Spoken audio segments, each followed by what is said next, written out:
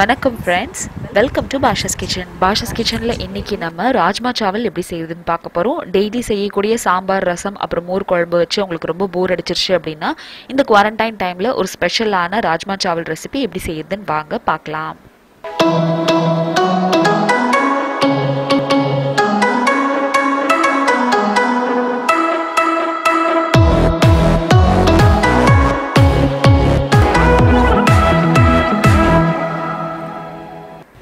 Rajma gravy செய்யறதுக்கு இங்கே நான் வந்து ராஜ்மாவை ஒரு 8லேருந்து 10 மணி நேரத்துக்கு நம்ம தண்ணியில் இந்த மாதிரி ஊற வச்சிடணும். ராஜ்மா பார்க்கறதுக்கு இந்த மாதிரி தான் இருக்கும். ரொம்பவே வந்து ஹை ப்ரோட்டீனான ஒரு பீன் இது. ஸோ இதை அட்லீஸ்ட் ஒரு 8 to 10 hours நீங்கள் தண்ணியில் ஊற வச்சிடணும். அடுத்ததான் இப்போ இதை நம்ம ஒரு ப்ரெஷர் குக்கரில் சேர்த்துடலாம். ஒரு 10 மணி நேரம் நல்லா ஊறினதுக்கப்புறமா 2 கிளாஸ் அளவுக்கு தண்ணி விட்டு ஒரு ப்ரெஷர் குக்கரில் கொஞ்சமாக வந்து உப்பு சேர்த்துட்டு இப்போ நம்ம இதை விசில் போட்டுடலாம். ராஜ்மா வந்து வேகிறதுக்கு கொஞ்சம் டைம் ஆகும். ஸோ 8லேருந்து 10 விசில் வந்து வேக வச்சு எடுத்துக்கோங்க.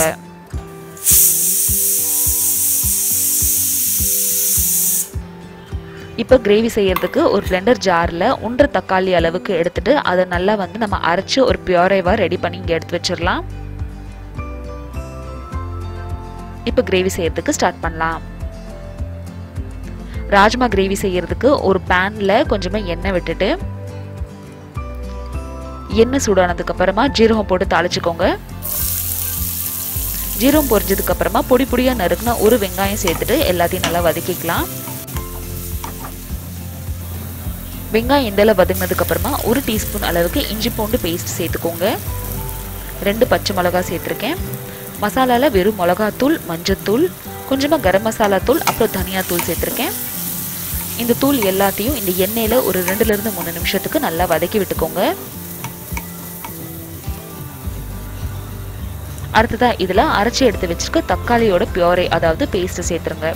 1.5 கப் அளவுக்கு எனக்கு தக்காளி பேஸ்ட் இங்க வந்துச்சு. எல்லாத்தையும் நல்லா கலந்து விட்டுக்கிறேன். ஒரு கை அளவுக்கு கொத்தமல்லி சேர்த்துக்கோங்க. ராஜ்மா வந்து இந்த மாதிரி கொஞ்சம் லைட்டா அமுக்கி விட்டீங்கன்னா நல்லா சாஃப்டா இந்த மாதிரி மேஷ் ஆயிடணும். அப்போ வரைக்கும் நீங்க வந்து நல்லா வேக வச்சு எடுத்துக்கோங்க. ஒரு 8 விசில் இது வேகலை அப்படின்னா வந்து இன்னும் ஒரு 2 விசில் கூட நீங்கள் எக்ஸ்ட்ரா விட்டுக்கோங்க. இப்போ வெங்காயம் தக்காளியோட பச்சை வாசனை போகிற வரைக்கும் இது நல்லா கொதிக்க விடலாம். ஒரு 10 நிமிஷத்துக்கு அப்புறம் பார்த்தீங்கன்னா எண்ணெய் பிரிஞ்சு இந்த மாதிரி மேலே வந்துடும். இந்த ஸ்டேஜில் நம்ம எடுத்து வச்சிருக்கிற ராஜ்மாவை சேர்த்துருங்க. ராஜ்மா வேக வச்சு தண்ணியே கீழே ஊற்றாமல் அதையும் இந்த கிரேவியோடு அப்படியே சேர்த்துருங்க. ஏன்னா இது கொதிச்சு வரும்போது இந்த தண்ணி வந்து நல்லா நம்மளுக்கு கொதிப்பட்டு ராஜ்மாவோட டேஸ்ட் நம்மளுக்கு கிரேவியில் நல்லா இறங்கும். ஒரு 10லேருந்து 12 நிமிஷத்துக்கு நல்லா இதை கொதிக்க விடுங்க மீடியம் ஃப்ளேமில்.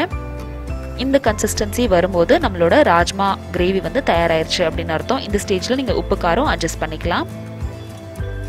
பாருங்கள் எந்த அளவுக்கு எண்ணெய் பிரிஞ்சு மேலே வந்திருக்குன்னு. இந்த கிரேவி நம்மளுக்கு சாப்பாடில் அப்படியே போட்டு பெசன்ட் சாப்பிட்றதுக்கு ரொம்ப ரொம்ப டேஸ்டியாக இருக்கும். ஸோ டெய்லிக்குமே வந்து சாம்பார், ரசம் இதெல்லாம் வச்சு உங்களுக்கு போர் அடிச்சிருச்சு அப்படின்னா இந்த மாதிரி ஒரு சூப்பரான ராஜ்மா சாவல் ரெசிபி உங்கள் வீட்டில் இருக்கிற எல்லாருக்கும் செஞ்சு கொடுங்க. அண்ட் உங்களுக்கு எப்படி வந்துச்சு அப்படின்றத கமெண்ட் செக்ஷனில் சொல்லுங்கள். உங்களுக்கு இந்த வீடியோ யூஸ்ஃபுல்லாக இருக்குன்னு நம்பினீங்கன்னா இந்த வீடியோக்கு ஒரு லைக் கொடுங்க. என்னோட சேனலை ஃபர்ஸ்ட் டைம் பார்க்குறீங்கன்னா கண்டிப்பாக சப்ஸ்கிரைப் பண்ணுங்கள். இதே மாதிரியான வீடியோஸ்க்கு கீழே டிஸ்கிரிப்ஷன் பாக்ஸில் லிங்க் பாருங்கள். தேங்க்யூ ஸோ மச் ஃபார் வாட்சிங். பாய்.